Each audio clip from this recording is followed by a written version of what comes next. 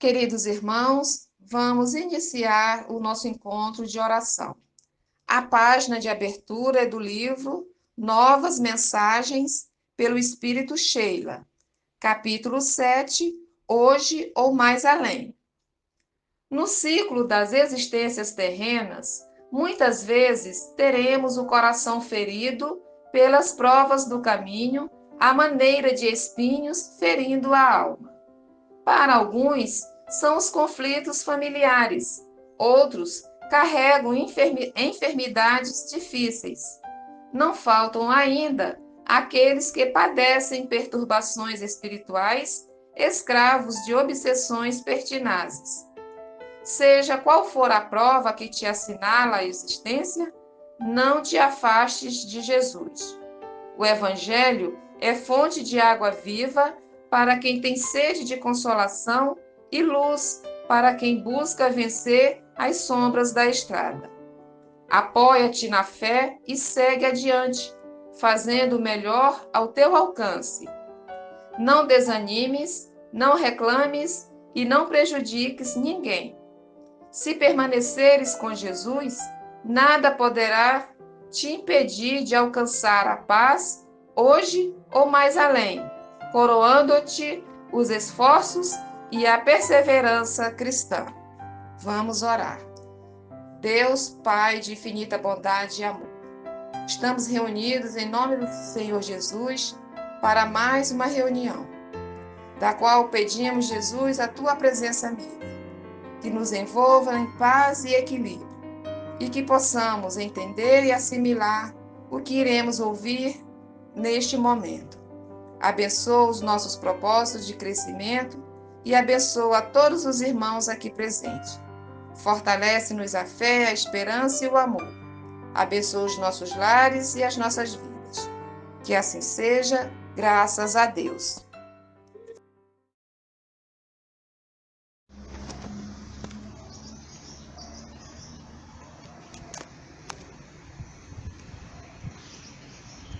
Bom, meus irmãos, dando continuidade ao nosso trabalho de prece pela nossa casa, pelo nosso CPA, que por esta casa espiritual que nos acolhe a todos. Hoje eu trago algumas reflexões para nós, antes de efetivamente iniciar a nossa prece, para que a gente possa pensar um pouquinho, né? Então vamos lá. John Bunyan nos diz assim: eu posso fazer mais do que orar, depois de ter orado, mas eu não posso fazer mais que orar, até que eu tenha orado. Ele é do século XVII. Então, após ler os pensamentos materializados através das palavras no livro deste homem, deste sábio, e neste momento eu não me refiro a John Bunyan, mas a um outro que nós conhecemos, já ouvimos falar, a ponto de substituir Kardec, caso Kardec falhasse em sua magnânima missão de auxiliar os espíritos na grandiosa tarefa de tornar real e palpável entre nós a promessa de Jesus sobre o novo Consolador. E refletindo na profundidade de seus escritos e ensinos, resolvi dividir com vocês nesta tarde e noite de domingo um pouco do conteúdo de uma de suas maravilhosas obras. Como disse, contemporâneo de Kardec, e estava lá encarnado quando a nossa doutrina maravilhosa nasceu entre nós, ele nos traz muitas reflexões. E é um homem que nunca deveria, ou sua obra, nunca deveria ser esquecida ou relegada a segundo plano, nem pela humanidade, muito menos ainda por nós, espíritos e espíritas, pelos seus assuntos que têm como objeto temas que nos tocam bem de perto, pois trata da vida material, sua importância no contexto do espírito imortal que somos, das relações entre o mundo material e espiritual, da realidade do Ser Supremo e suas leis imutáveis, e como devemos respeito, amor e reverência à natureza, obra onde se faz presente a presença do Criador. Este homem é Leon Denis, e a obra de hoje é O Grande Enigma, e em seu capítulo 8, cujo nome é Ação de Deus no Mundo e na História, nos diz assim: Deus, foco de inteligência e de amor, é tão indispensável à vida interior quanto o sol à vida física. Deus é o sol das almas. É dele que emana essa força, às vezes energia, pensamento, luz, que anima e vivifica todos os seres. Quando se pretende que a ideia de Deus é inútil, indiferente, tanto valeria dizer que o sol é inútil, indiferente à natureza e à vida. Falamos da prece. Expliquemo-nos ainda, nos diz Leon Denis, a respeito desta palavra. A prece é a forma, a expressão mais potente da comunhão universal. Ela não é o que tantas pessoas supõem, uma recitação frívola, exercício monótono e muitas vezes repetido. Não. Pela verdadeira prece, a prece improvisada, aquela que não comporta fórmulas, a alma se transporta às regiões superiores. Aí, aure forças, luzes. Aí encontra apoio que não podem conhecer, nem compreender aqueles que desconhecem Deus. Orar é voltar-se para o Ser Eterno, é expor-lhe nossos pensamentos e nossas ações, para os submeter à sua lei e fazer da sua vontade a regra de nossa vida.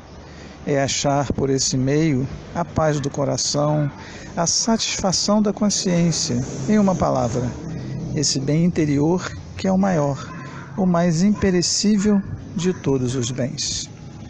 E nos diz ele ainda: o homem que desconhece Deus e não quer saber que forças, que recursos, que socorros dele promanam, esse é comparável a um indigente que habita ao lado de palácios cheios de tesouros e se arrisca a morrer de miséria diante da porta que se lhe está aberta e pela qual tudo o convida a entrar.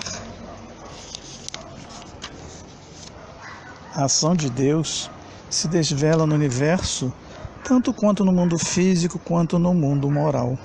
Não há um único ser que não seja objeto de sua solicitude. Nós a vimos manifestar-se nessa majestosa lei do progresso, que preside a evolução dos seres e das coisas, levando-os a um estado sempre mais perfeito. Essa ação se mostra na história dos povos. Pode-se seguir através dos tempos essa marcha grandiosa, esse impulso da humanidade para o bem, para o melhor.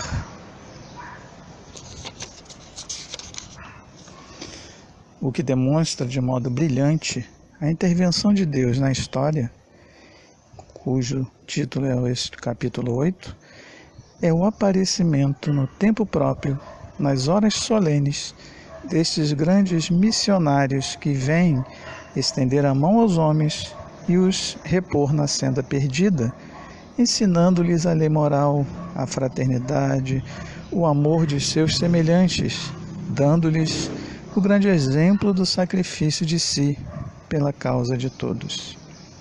Haverá algo mais imponente do que essa missão dos enviados divinos? Eles vêm e marcham no meio dos povos.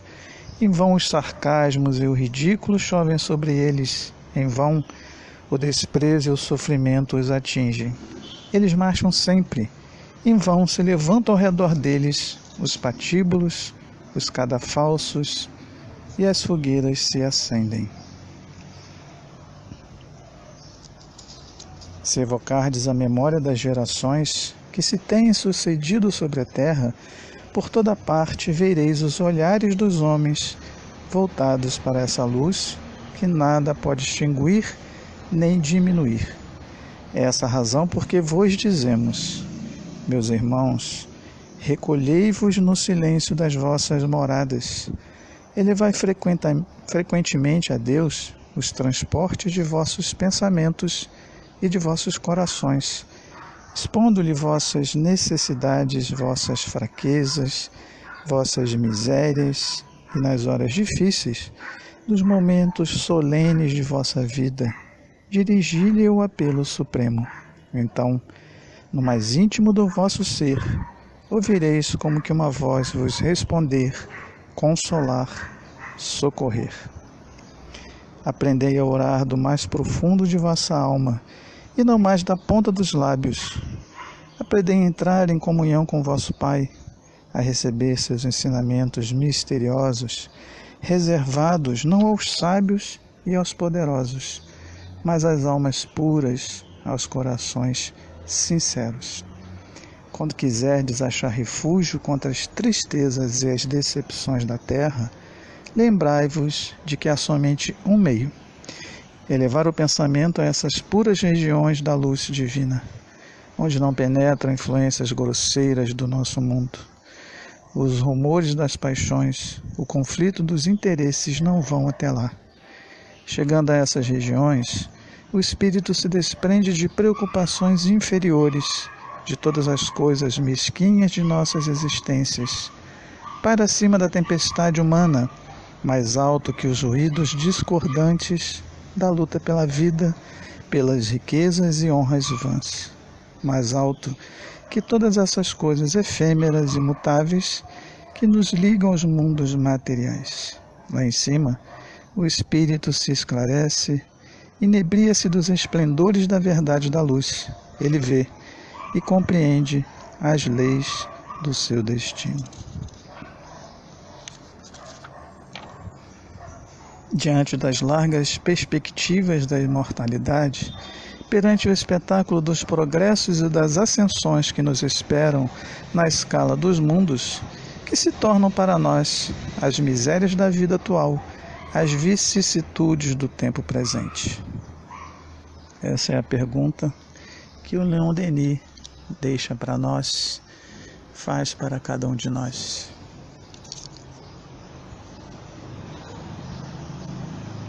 Que se tornam para nós as dificuldades do cotidiano, que se tornam para nós os obstáculos, os problemas, que se tornam para o espírito imortal que somos, quando no futuro olharmos para trás, o que serão as dores, os sofrimentos vividos, como está no Evangelho, como está no Livro dos Espíritos. Serão pequenas picadas que, por serem contínuas, podem até causar dor, mas o olhar do alto, o olhar daquele que muito viveu, que muitas dores e muito aprendeu, essas coisas, esses sofrimentos, essas situações que hoje ampliamos e que para nós são tão grandes, no futuro, ao olharmos para trás, serão muito pequeninas.